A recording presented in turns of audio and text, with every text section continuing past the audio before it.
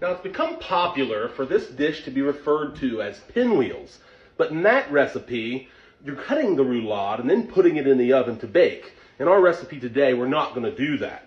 And that term, roulade, well, it comes from the French term roulade, which means to roll. So any pastry or any meat that's rolled up with a stuffing and then cooked is a roulade.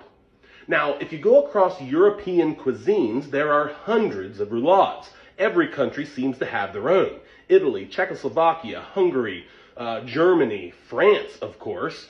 So my point is, there are 100 different ways to do this. So experiment and find the one that you like. This is how we do ours. Black truffle-infused olive oil for this recipe. Regular olive oil will work just fine. And then we've got about 10 green onions that we've sliced up to the green, about half a medium red onion, and some garlic. Fresh minced parsley. Then we're going to mix this together, remove it from the heat, and let it cool. Roasted red pepper. We're going to butterfly this with the grain, not against. So I'm going to cut a little pocket here. I'm going to take a sharp paring knife, and I'm just going to start cutting this lengthwise. Get this butterflied. Move to a bigger knife when you get it out there farther. Cut through here. I've got a little flap. I've got a hole up here. Unless you're Gordon, it's not going to end up perfect. It's fine. We're going to try to get this even thickness across. Salt well on both sides. Got a couple pieces of provolone, a few pieces of Swiss, and a couple pieces of Gouda.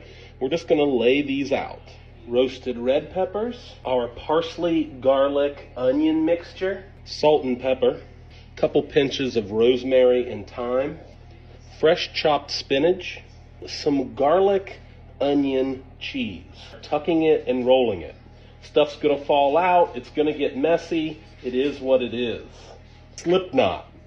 So we're just going to make a loop here and put this back through the loop, and then we're tightening this down on just this one piece, and now we can cinch it. Perfect. Do one box knot on top just to lock it down. Cut these off. We're going to do probably like 5 or 6 here.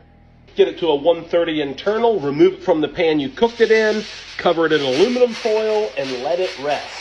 We're not done with this pan.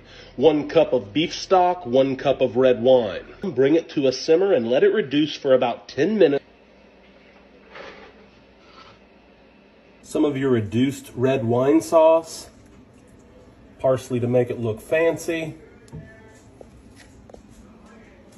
Oh yeah.